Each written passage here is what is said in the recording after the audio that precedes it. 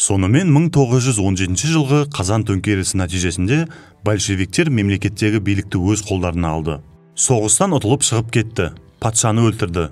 Өткен видеоны көрген шығарсыздар. Елдегі алауыздықты пайдаланып, Ресей империясының құрамында болған Польша, Финляндия және Балтық елдері егемендік алып, өздерін дербес мемлекет деп жариялады.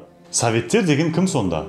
Ол деген жұмысшылар, солдаттар, шаруалар, былайша айтқанда қарапайым бұқара халық. Олар барлығы қосылып советтер, яғни кеңестер деп аталды. Олар өздеріне партия құрып алды және сол партияның басшысы етіп Ленинді тағайындады. 1919 жылы наурызда билік басындағы Ресей коммунистері өздерінің партиясын құрып, жаңа бағдарлама қабылдап, елді социализм жолымен жүргізу керек деп шешті.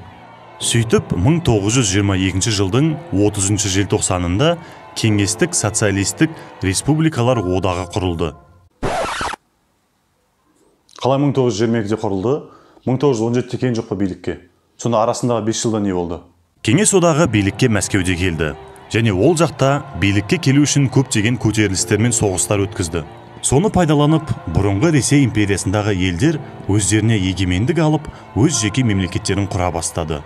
Мысалы, қазіргі Қазақстан жерінде Алашорда автономиялық республикасы құрылып, Әлихан Бөкейханов аталарымыз өз елдерін өздері басқара бастады. Орта Азияда Мұстафа Шоқай бабамыз региондағы бүкіл мұсылман түркі халықтарын біріктіріп, Түркістан республикасын құрып, Қоқан қаласын астанасы етіп, басқа елдермен қарым-қатынас құра бастады. Осман империясының әскери министрі болған Энвер Паша өзінің Туран жолы жобасын бастап, Кавказдың, Қырымның, Орта Азия, Иран және Ресей түркілерімен мұсылмандарын біріктіріп, Туран деп аталатын бір мемлекет құрмақшы болды. Осындай жағдайлар бұрынғы бүкіл Ресей империясы жеріндегі елдерде орын алып жатты. Әрқайсысы өздеріне республика құрып алды. Ол әрине Мәскеудегі коммунистерге ұнаған жоқ. Сөйтіп олар бірінің арты бірін қайтадан жаулай бастады. Құрған республикаларын ыдыратып, коммунистік, социалистік режимді сол елдердің барлығына әкеле бастады. Сөйтіп олар Әзербайжан, Армян, Украин, Беларусь, Грузин кеңестік елдерін құрып жүргенде тез арада 5 жыл өте қалды. 1922 жылдың ортасына таман бұрынғы Ресей империясының барлық жерінде кеңестер билігі орнады. Ол биліктің тұңғыш басқарушысы болып Владимир Ильич Ленин тағайындалды. 1924 жылы 31 қаңтарда екінші кеңестер съезінде КСРО-ның алғашқы конституциясын бекітті. Конституция бойынша КСРО егеменді мемлекет болып табылған одақтас республикалардан тұрды. Әрбір одақтас республиканың одақтан еркін бөлініп шығу мүмкіндігі сақталынды. Одақтас республика шет мемлекеттермен қатынасқа шығып, келісім шарттар тұжырымдап, дипломаттық және консулдық өкілдермен ауысып, халықаралық ұйымдардың қызметіне қатысуға құқығы болды. 1924 жылы Ленин қайтыс болды. Содан кейін елде таққа талас басталды. Нәтижесінде 1925 жылы билікке Иосиф Сталин отырды. Ол кезде КСРО азаматтары Сталиннің адамзат тарихындағы ең қатыгез адамдарының бірі болатынын білген жоқ. Сталин билікке келгесін елде өзінің авторитарлық жеке билігін орната бастады. Айтпақшы, сол жылдары Өзбек және Түркмен кеңестік республикалары құрылды. Сонда қазақтардың республикасы қайда? Деп ойлаған шығарсыздар. Қазақтарды ол кезде қырғыздардан айыра алмай, советтер Қазақстан жерінде 1920 жылы Қырғыз автономиялық Совет социалистік республикасын құрды. Республиканың астанасы Орынбор қаласы болды. Одан кейін 1925 жылы республиканың атын Қырғыздан Қазақ республикасына ауыстырды. Бірақ әлі де автономия болып қала берді. Сол жылы Алашорданың Қырғыз, яғни Қазақ автономиясының және жалпы қазақтың жері болған Орынбор қаласын және облысын Ресей Совет Республикасына беріп жіберді. Ал Қазақ автономиясының астанасын Ақмешіт немесе қазіргі Қызылорда қаласына көшірді. Орынборды қазақтардан алып қоюдың жалғыз бір мақсаты болды. Ол татарлар мен башқұрттарды қазақтардан алыстатып, бөлек ұстап отыру үшін керек болды. Себебі ол кездерде көптеген көтерілістер кезінде бұл халықтар бір-біріне көп көмек берген болатын. Және бір жерде басталған көтеріліс екінші жерге тез арада жететін болған. Сол себептен Орынборды Ресейдің құрамына жіберді. Жалпы татарлар мен башқұрттар мәдениет, тіл, дін және салт дәстүрі жағынан қазақтарға өте жақын халықтар деп есептеймін. Сонымен Сталин билікке келгесін Кеңес одағы бұрын қабылданған экономикалық саясаттан бас тартып, елді күшпен индустрияландыру және ауыл шаруашылығын күшпен ұжымдастыру саясатын жүргізді. Коммунистік партия мемлекеттегі билікті толық өзінің қолына алды. Елде толығымен тоталитарлық режим орнады. Демек, бүкіл ел жалғыз Сталиннің қолында болды. Бұл жүйе елдегі қарапайым шаруаларды зорлықпен ұжымдастыру және ұсақ меншік иелерін, яғни ауыл байларын тәркілеу, халықты жаппай ашаршылыққа ұшыратты.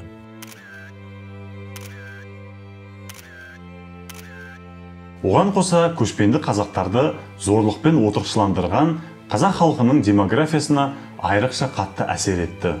Жағдай былай болған: КСРО жеріндегі бүкіл халықтар отырықшы болған және егінмен айналысқан. Жалғыз қазақтар ғана көшпенді болған. Қазақтар көшпенді болғасын көптеген жерлер бос жатқан. Оны 1925-1927 жылдары Қазақстанды зерттеген Голощекин Сталиннің өзіне жеткізген екен. Ал Сталин болса, ол кезде КСРОны аграрлық және индустриялы мемлекет деп көретін. Сондықтан қазақтарды отырықшы қылу керек деген шешім қабылданды. Сөйтіп мал бағып, ет жеп жүрген қазақтардың малдарын тартып алды. Бұл әрине халықтың жаппай наразылығын туғызып, әр жерде шаруалар көтерілістері басталды. Бірақ оларды үкімет әскерлері күшпен басып тастады. Қазақ елінің интеллигенциясы Сталинге хаттар жаза бастады. Сталин оларды аямай, халық жаулары деп ату жазасына келтіріп, о дүниеге аттандырды. Миллиондаған тұтқындарды тегін жұмыс істету үшін Карлаг, Алжир, ГУЛАГ деген сияқты лагерлерді құра бастады. Нәтижесінде 1926 жылғы бірінші санақ қорытындысына сәйкес Қазақ АКСР аумағында 3.628.000 тұрғылықты халық мекендесе, 13 жыл өткеннен кейінгі 1939 жылғы санаққа сәйкес халықтың саны 1.321.000 адамға тең болған екен. Көптеген деректерге сүйенсек, сол ашаршылық уақытында Қазақстан 2 миллион қазақтан айырылған екен. Оның 1.200.000 аштықтан қайтыс болса, қалғаны Иран, Қытай, Өзбекстан, Ресей және тағы да басқа елдерге көшуге мәжбүр болды. Босаған орындарға 1938-1944 жылдар арасында Кеңес одағы үкіметінің жарғысы бойынша Қазақстанға, Орта Азияға басқа отырықшы ұлт өкілдерін көшіру немесе депортация басталды. Сөйтіп ингуштер, шешендер, қырым татарлары, корейлер, балкарлар, поляктар, украиндер, немістер және тағы да көптеген халықтар көшірілді. Оған қоса Қазақстан жерінде болған лагерлерге жан-жақтан көптеген тұтқындарды әкеле бастады. Қазақтар сол кезде өз елінің тек қана 38%-ын құрған болатын. Жалпы айтқанда адамдардың барлығын қорқытып, ақылды немесе білімді болған адамдардың барлығын өлтіріп, мемлекетте тек қана советтер билік құра алатындай жағдай жасады. Бүкіл КСРО-да алфавитті кириллица алфавитіне өзгертті. Жергілікті тілде оқытатын мектептерді жауып, білім беру жүйесін тек қана орыс тілге аударды. Дінді адамдардың өмірінен алып тастап, Құдайға сенуге болмайды деді. Жалпы КСРО-да дінге сену қатаң жазаланатын. 1936 жылы 5 желтоқсанда КСРО-ның 2-ші конституциясы қабылданып, Қазақ автономия емес, толыққанды кеңестік республикаға айналды.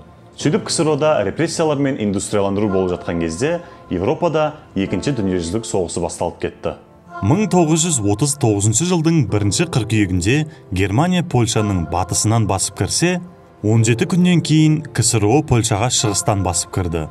Сөйтіп екі ел Польшаны қайтадан бөліп алып, дүниежүзілік картадан құртты. Сталин Польшаға басып кіру Украина мен Беларусьті құтқару үшін керек деді. Польшаның сол жерлерін Украина мен Беларусьтің батысына қосып беріп, соғыс біткесін де Польшаға ол жерлерді қайтарған жоқ. Германия Польшаға басып кіргесін оған Англия мен Франция соғыс ашты. 2-ші дүниежүзілік соғыс туралы өздеріңіз білетін шығарсыздар. Көп уақыт бөлмей-ақ қояйын. Германиямен соғыс біткесін Европалық державалар енді Азияда жалғыз өзі бүкіл әлеммен соғыс жүргізіп жатқан Жапон империясына соғыс ашты. Сөйтіп Америка құрама штаттары, Ұлыбритания, Франция, Кеңес одағы Азия елдерін Жапон әскерінен босата бастады. Сондай босату соғыстарының бірінде Кеңес одағы Корей түбегінің солтүстігінен басып кірді. Ал Америка құрама штаттары оңтүстігінен басып кірді. Сонымен екі ел Корей түбегін жапондықтардан босатты. Алайда бір елді екіге бөліп жіберді. КСРО қолдайтын коммунистік солтүстік Корея және Америка құрама штаттары қолдайтын капиталистік оңтүстік Корея. Американдықтар 1945 жылдың 6 және 9 тамыз күндері Жапонияның Хиросима және Нагасаки қалаларына 2 атом бомбаларын тастап, қалаларды жер бетінен жойып жіберіп, Екінші дүниежүзілік соғысын аяқтады. Еуропаны немістерден шығыстан КСРО босатса, батыстан американдықтар мен ағылшындар босатты. Сөйтіп дүние жүзінде соғыс біткесін тек қана 2 мықты елдер қалды: Кеңес одағы және Америка құрама штаттары. Енді әлемдік гегемония үшін бұл екі ел арасында қырғи қабақ соғысы басталды. Ол соғыс идеологиялық соғыс болды. Коммунизм мен капитализм бір-біріне қарсы болды. Демек, бұл екі ел бір-бірімен тура соғысқан емес. Бұл екі ел Европаны 2 саяси блоктарға бөлді. Европа түгіл әлемнің басқа елдерін 2-ге бөлді. Мысалы, Вьетнам, Германия, Корея және тағы басқалары. Бұл екі мемлекет барлық салаларда жарыса бастады. Космосқа ұшу, атом бомбаларын жасау, мұнай өндіру, қару-жарақ шығару, спорт, медицина, білім және сол сияқты көптеген салаларда жарысты. Америка құрама штаттары НАТО одағын құрып, өзінің одақтастарына көптеген қару-жарақтар және қаржы бере бастады. Ал КСРО болса, өзіне одақтас елдерде де тоталитарлық режим құрды. 1949 жылы Семей полигонында КСРОда тұңғыш атом қаруы сыналды. 1953 жылдың көктемінде Сталин қайтыс болды. Үкімет билігі үшін тартыс қайта басталды. Үкімет басына келген Никита Хрущев партияның 20-шы съезінде Сталиннің жеке басына табынудың зардаптары жөнінде баяндама жасады. Саяси қуғын-сүргін құрбандары ақтала бастады. Қудалауға ұшыраған халықтардың РКФСР құрамындағы автономиялық құрылымдары қалпына келтірілді.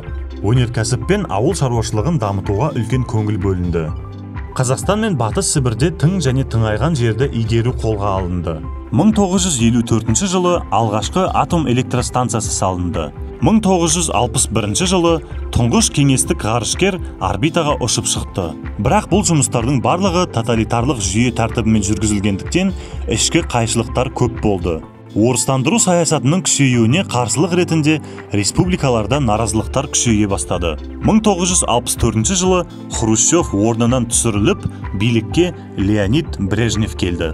Экономика экстенсивті жолмен дамыды, алайда елді милитаризациялау әрі қарай жалғасты. 1956 жылы Венгрияда және 1968 жылы Чехословакияда коммунизмге қарсы көтерілістер басталды.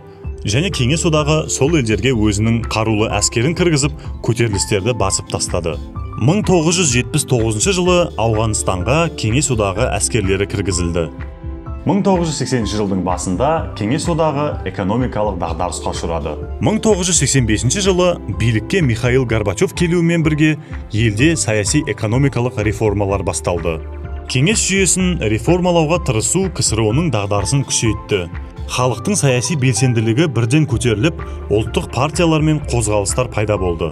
Қазақстанда, Балтық теңізі жағалауы елдерінде және Кавказ республикаларында халықтың жаппай бас көтерілуі басталды.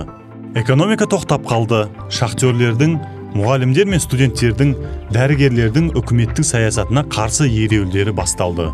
Кертартпа күштердің 1991 жылы тамызда мемлекеттік төңкеріс жасау әрекеттері сәтсіздікке ұшырады. Кеңес одағының бұдан әрі өмір сүруі мүмкін болмай қалды.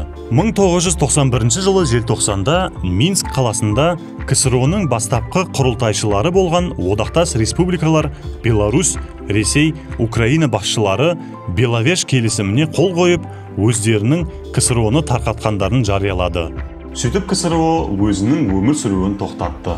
1991 жылы 21 желтоқсанда бұрынғы КСРО республикалары Алматы қаласында өздерінің тәуелсіз мемлекеттер достастығын құратындықтары жөніндегі декларацияға қол қойды.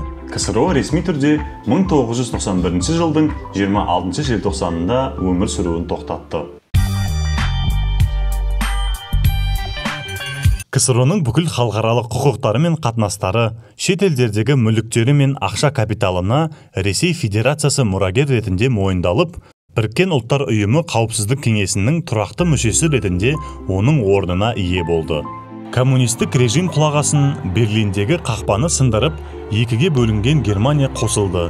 Еуропадағы барлық коммунистік елдер блоктан шығып, капитализм жолын таңдап, Америка құрама штаттарының жағына қосылды.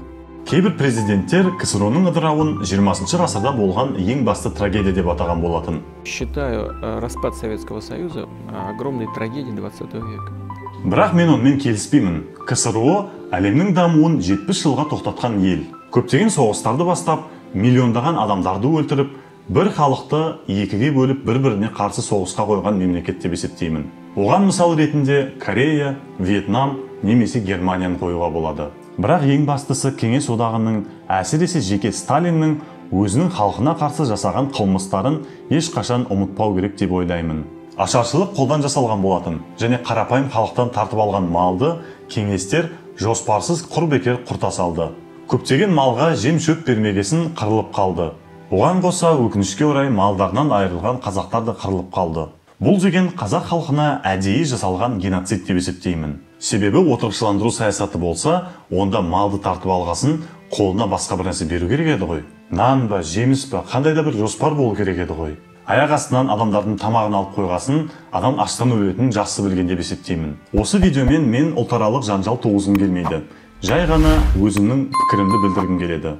Және КСРОдан тәуелсіздік алып берген адамдарға алғысым шексіз. Қазақ халқы тарихының ең күрделі кезеңі осы КСРО кезінде болған деп есептеймін. КСРО жақсы болды ма, жаман болды ма, оны сіздер шешіп, комментарийге ойларыңызбен бөлісіңіздер.